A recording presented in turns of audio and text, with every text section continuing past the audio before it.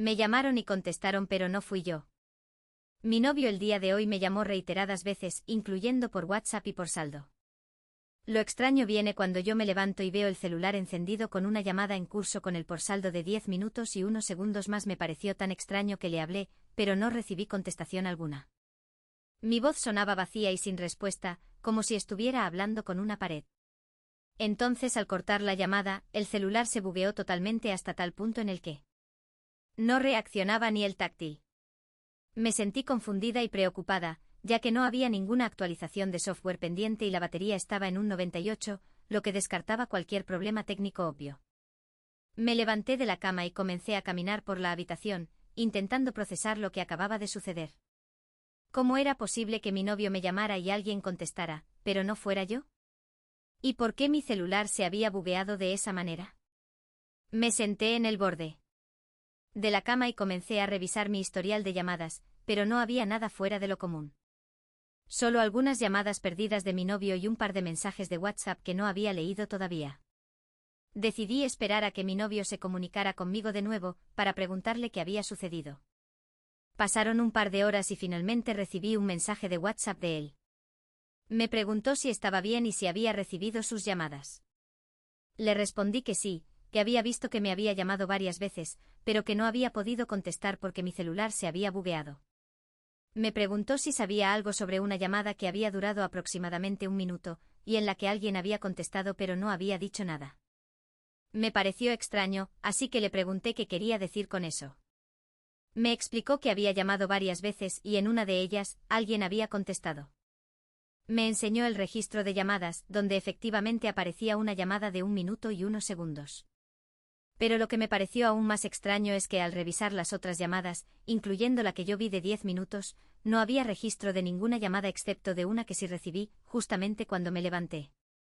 Comencé a sentirme un poco incómoda y asustada. ¿Qué estaba sucediendo con mi celular? ¿Y quién había contestado la llamada de mi novio?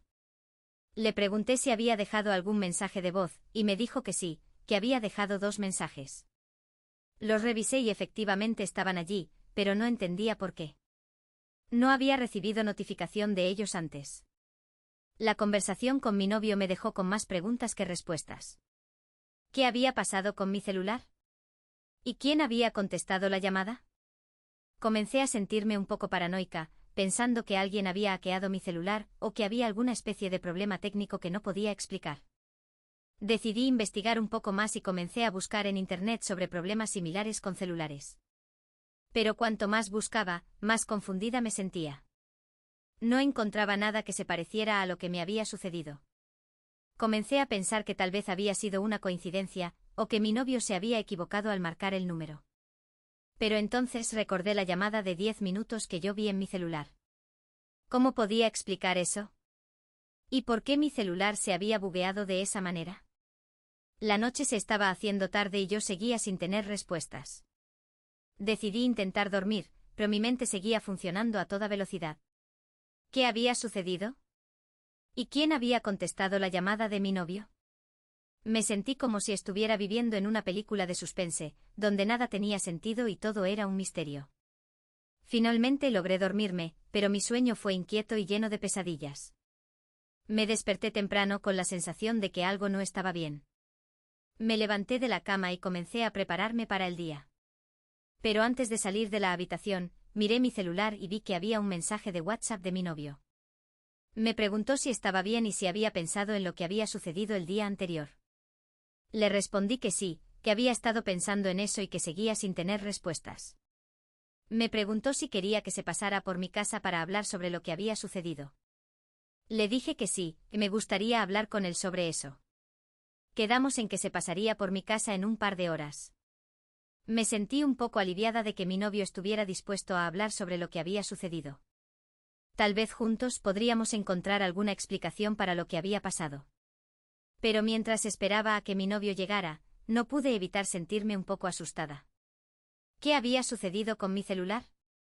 ¿Y quién había contestado la llamada de mi novio? Me sentí como si estuviera viviendo en un mundo de incertidumbre, donde nada era seguro y todo era un misterio. Y lo peor de todo es que no sabía qué iba a suceder a continuación.